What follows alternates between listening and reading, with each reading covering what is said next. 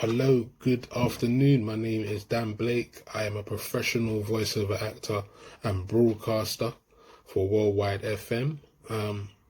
My journey started with the SRA'S many moons ago in 2011, where I went to the student radio conference, I do believe, which was a 3-day event with the SRA'S, which they do every year.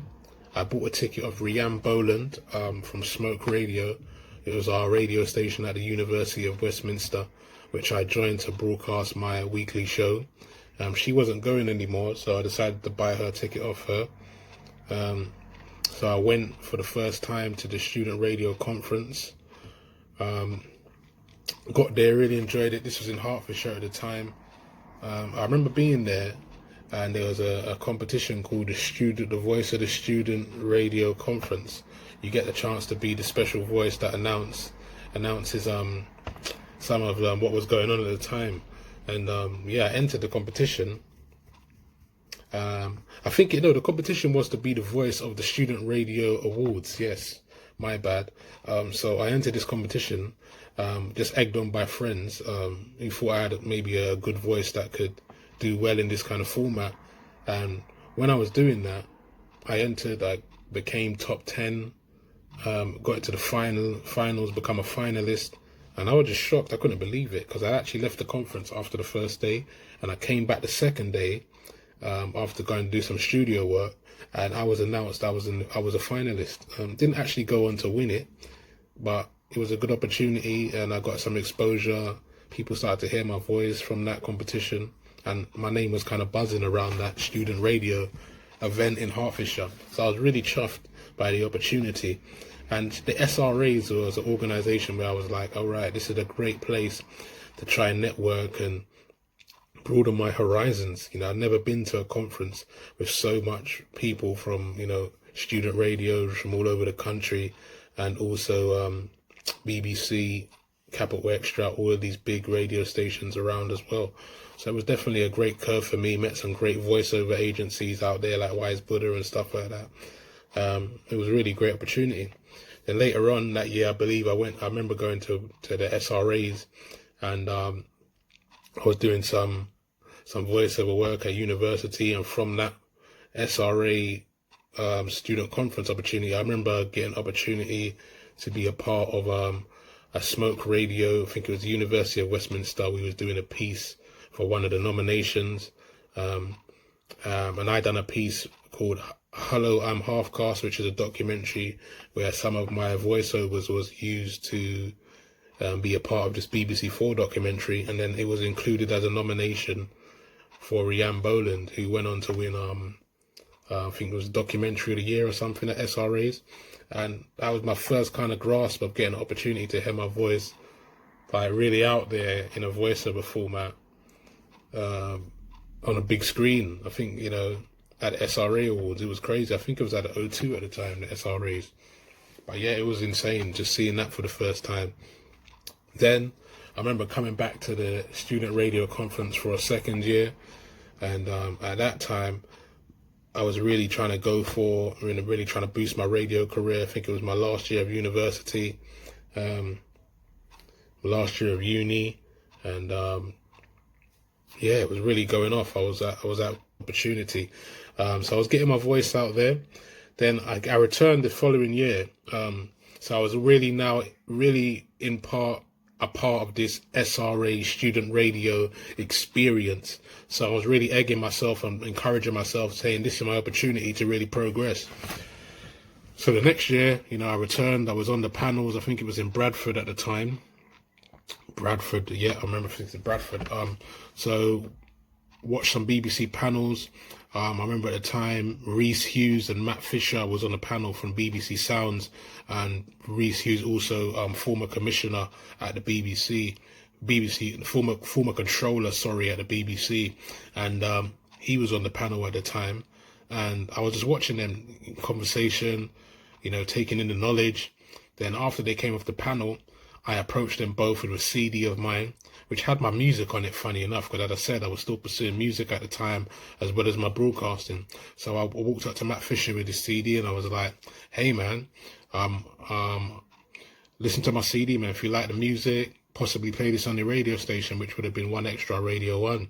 So he took my CD away, kind of half a case, took it away, got a call back after the conference, probably about 2-3 weeks later, saying, "Oh, we really like your voice. Don't really like your song too much, but we really like that voice." They didn't actually say they don't like the song, but that's what I was thinking. So they said, "We really like your voice. We want to bring you in to voice Dubstep Week."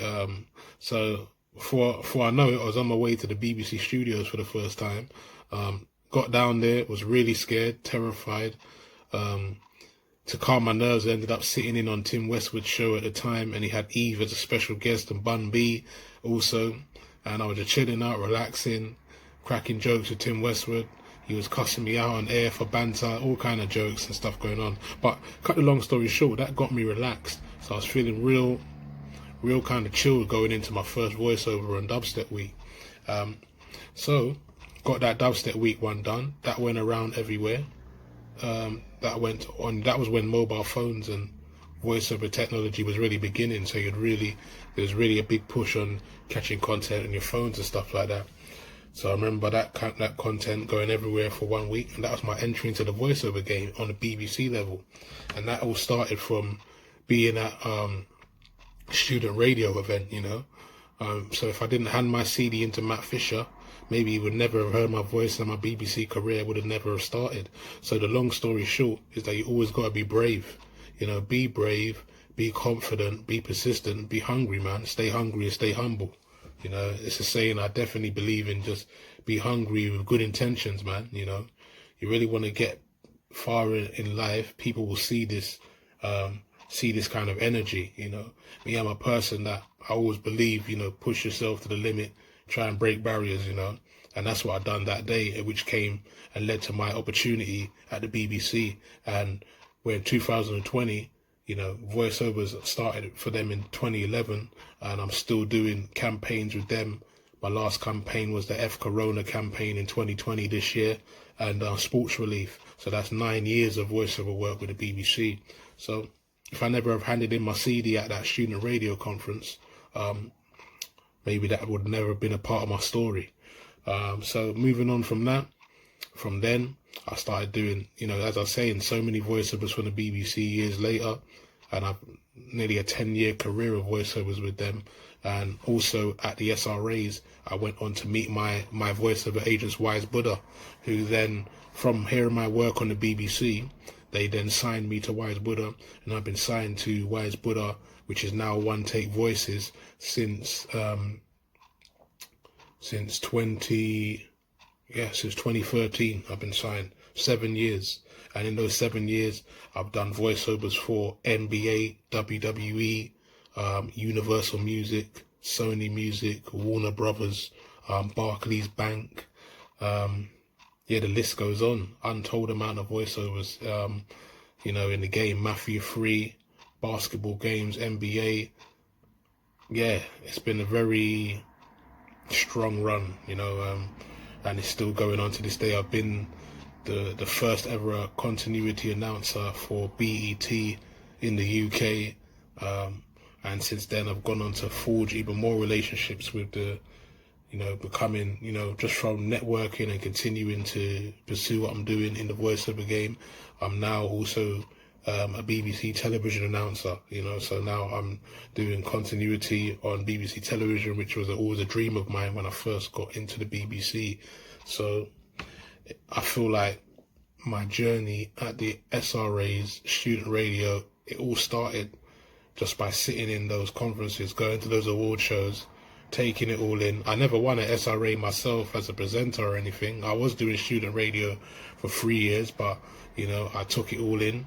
And then I went on and used areas that I liked in the game to really build myself, you know, and that's how my whole voiceover career started. That started from being involved in student radio, and from student radio, as I said, I've gone on to also, as well as my voiceover career, and that actually being very significant to my career actually starting by handing in those demos.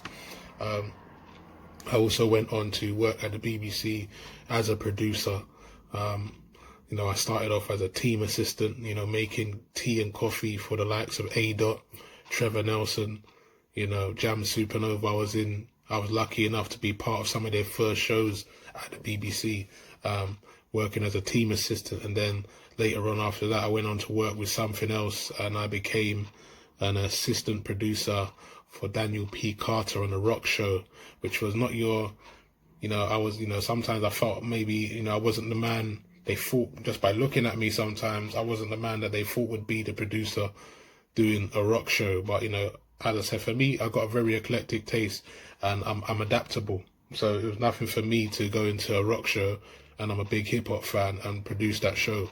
Also went on to produce DJ Semtech, Shawnee B, Candyman and Limelight.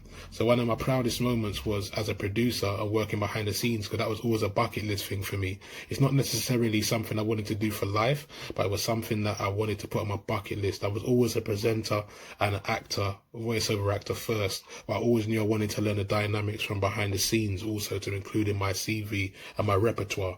And so that could never be taken from me. And I do believe that makes you a stronger broadcaster and a stronger all-rounder technically. So I was very proud that I got to work on every network as a producer. So I worked on 1Xtra, Radio 1 and BBC Asian Network producing shows. So that was excellent for my CV, and I was very proud to have that. So as I said, from moving on from behind the scenes, I've gone on to broadcast on radio stations. From student radio level, I went on to broadcast at Beat London. I went on to broadcast at Pulse 88, interviewing some of the biggest artists in the world. You know, I've interviewed the likes of the Wu-Tang Clan. I've into hip-hop legends, Wyclef Jean, Someone Please Call 911, you know, legends are writ for Whitney Houston. I've went on to interview will.i.am, you know, some huge mega stars for my broadcasting spells, you know, at those stations. And then I've also now gone on to Giles Peterson's award-winning radio station, Worldwide FM, where I'm hosting some shows until 2021, real special shows that are going to be very close to my heart. So I continue to innovate and build my career, and be positive about what I want to do, and be confident, you know, as a black man.